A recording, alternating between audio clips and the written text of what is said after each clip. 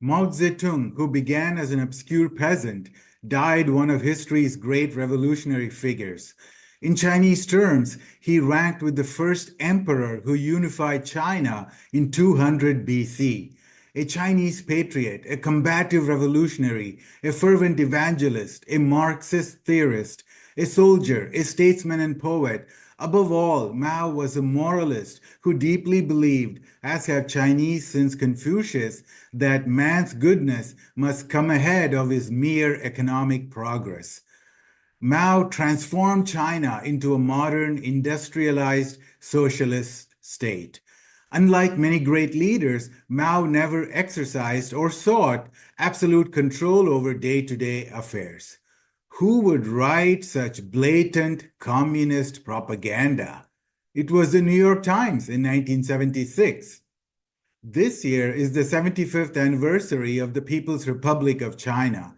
After winning the long Chinese Civil War, Mao Zedong spoke before a large crowd in Beijing in 1949 and proclaimed, "The Chinese people have stood up." Thus was born the PRC.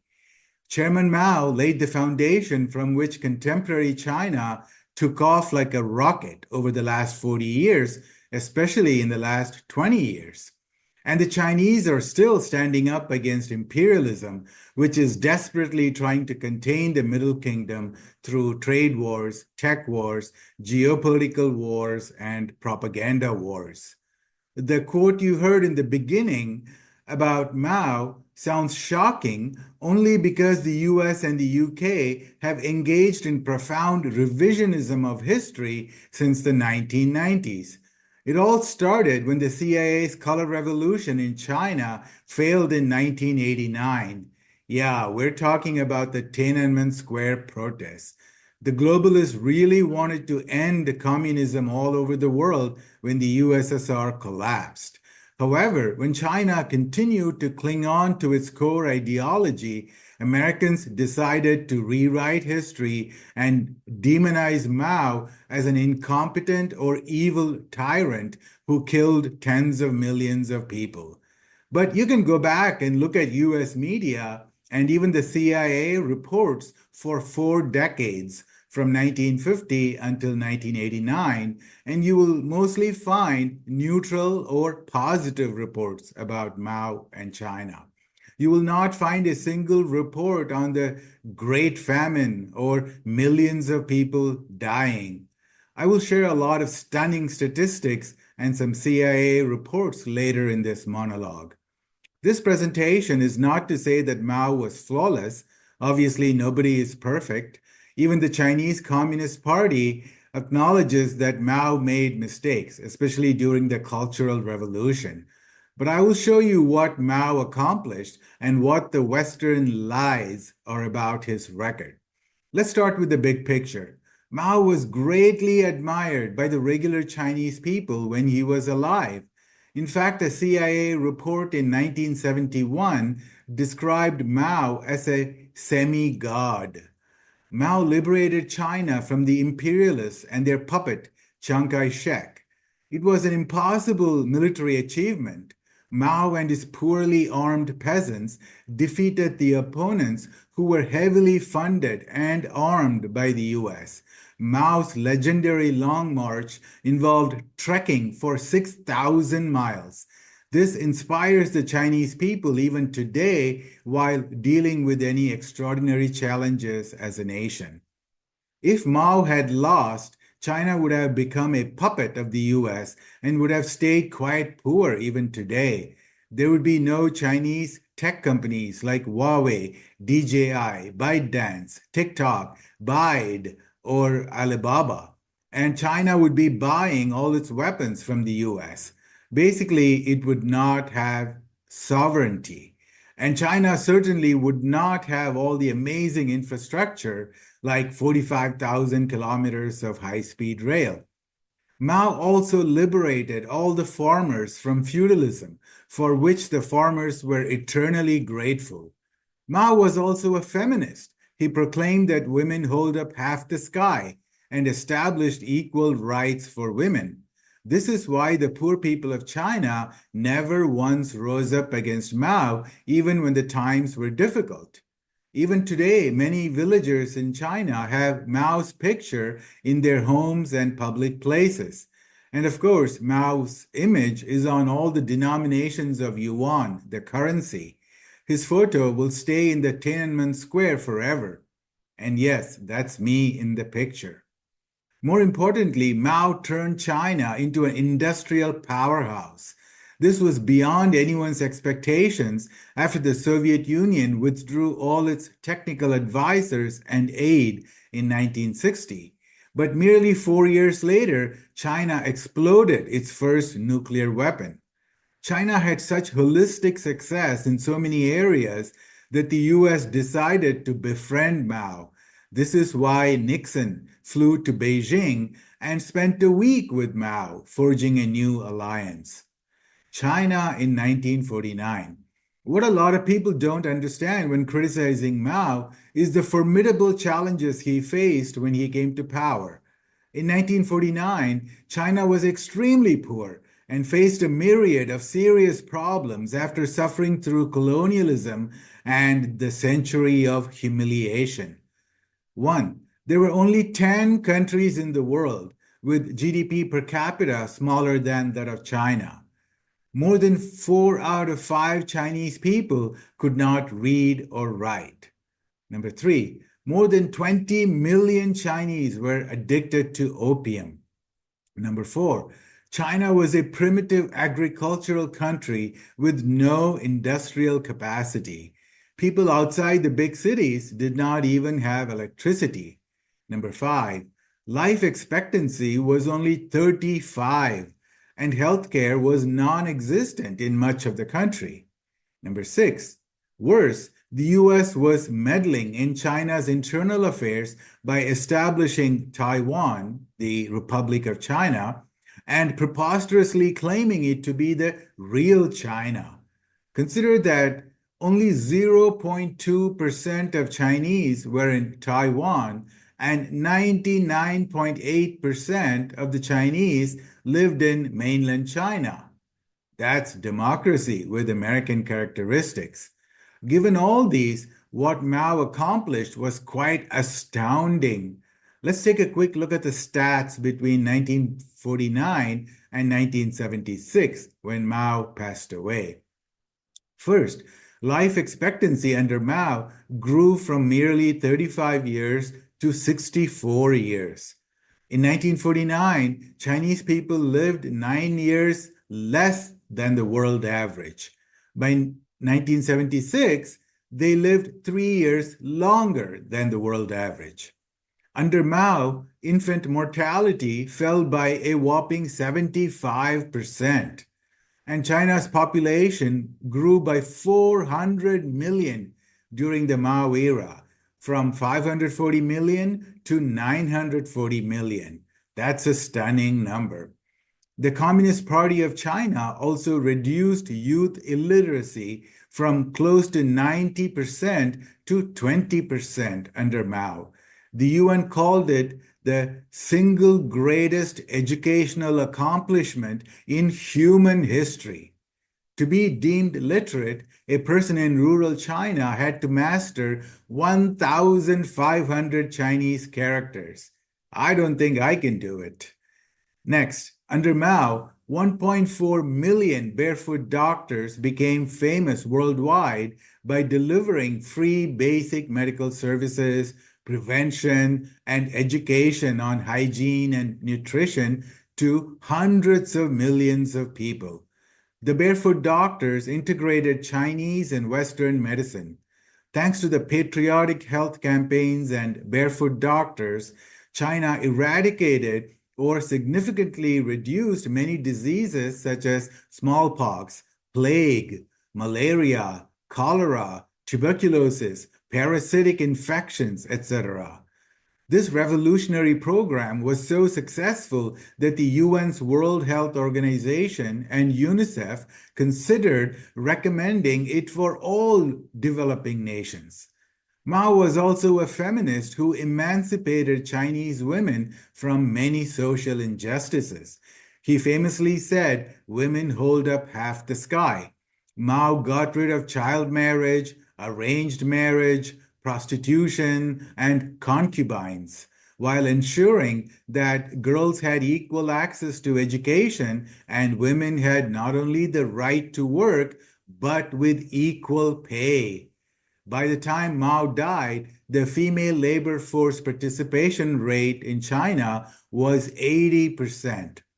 So, 75% growth in population, 85% growth in life expectancy, 75% reduction in infant mortality, massive improvement in healthcare, and emancipation of women. But Western media have the chutzpah to lie about Mao being a mass murderer. That's deranged propaganda. Okay, now let's take a look at the industrial and technological capabilities that improved under Mao. From the beginning, he understood the importance of transforming the nation into an industrial giant. For example, steel production from 1949 to 1976 grew a staggering 120-fold. Of course, you cannot grow a country without plentiful electricity and energy. Thus, in coal production, China became number three in the world by 1976, only next to the US and the USSR. In terms of electricity, China's production increased 50-fold from 4 gigawatt hour to 200 gigawatt hour.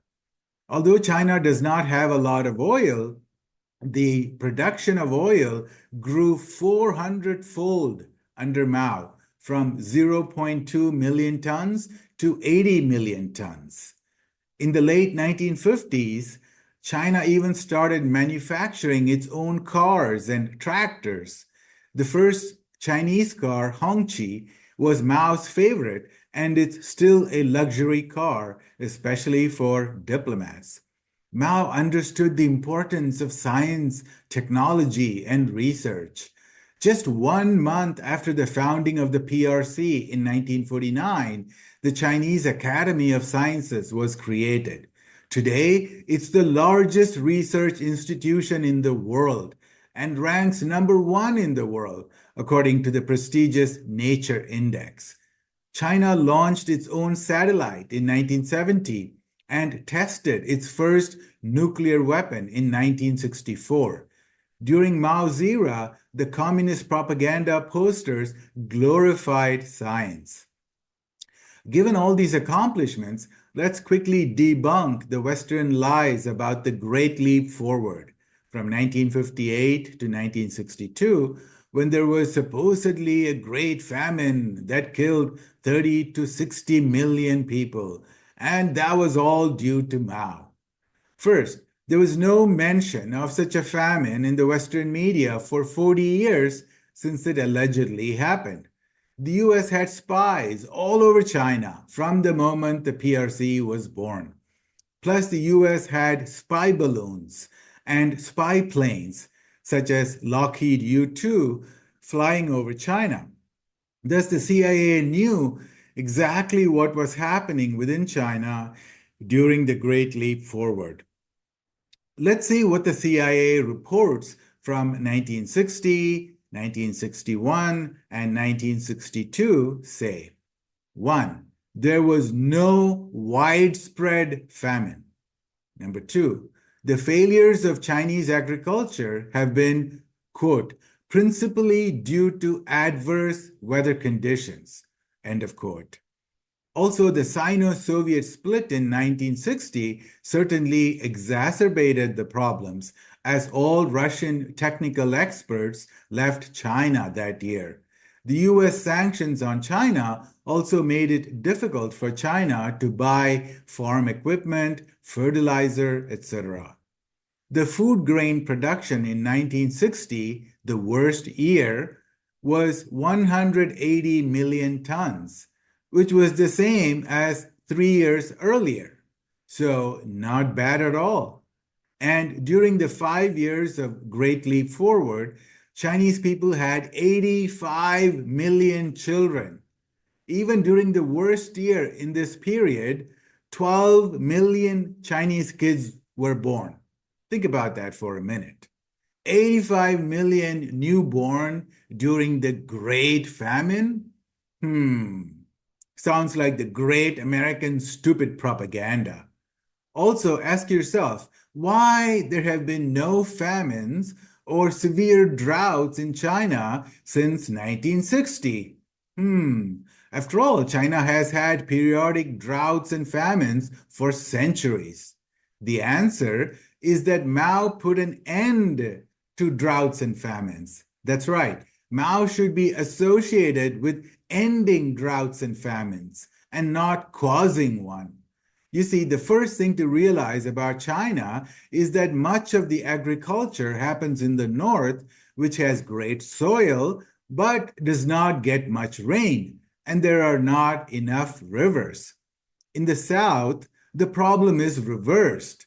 The terrain is not so great, but it gets a lot of rain and there are many rivers. Actually, the south of China has a problem with too much water and flooding. To address this issue, Mao built projects for water conservancy.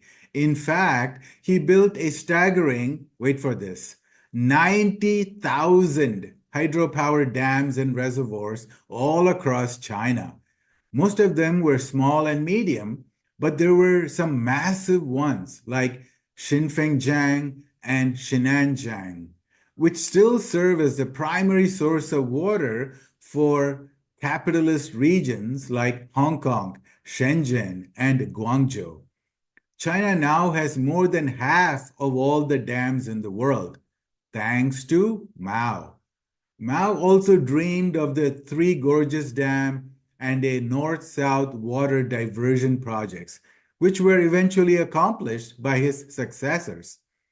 So you can see what rubbish the West has been spreading about Mao. The biggest source of the atrocity propaganda came from the crazy Dutch historian Frank de Cotter, who is no doubt funded by the US deep state. In one of his books, he claimed that China's prohibition of opium caused greater harm than the drug itself. This is, of course, to condone the opium trafficking by the British into China.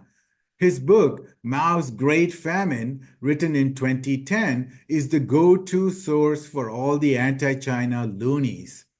When the book came out first, he could not find a single photo of a malnourished Chinese person from that era, 1958 to 1962.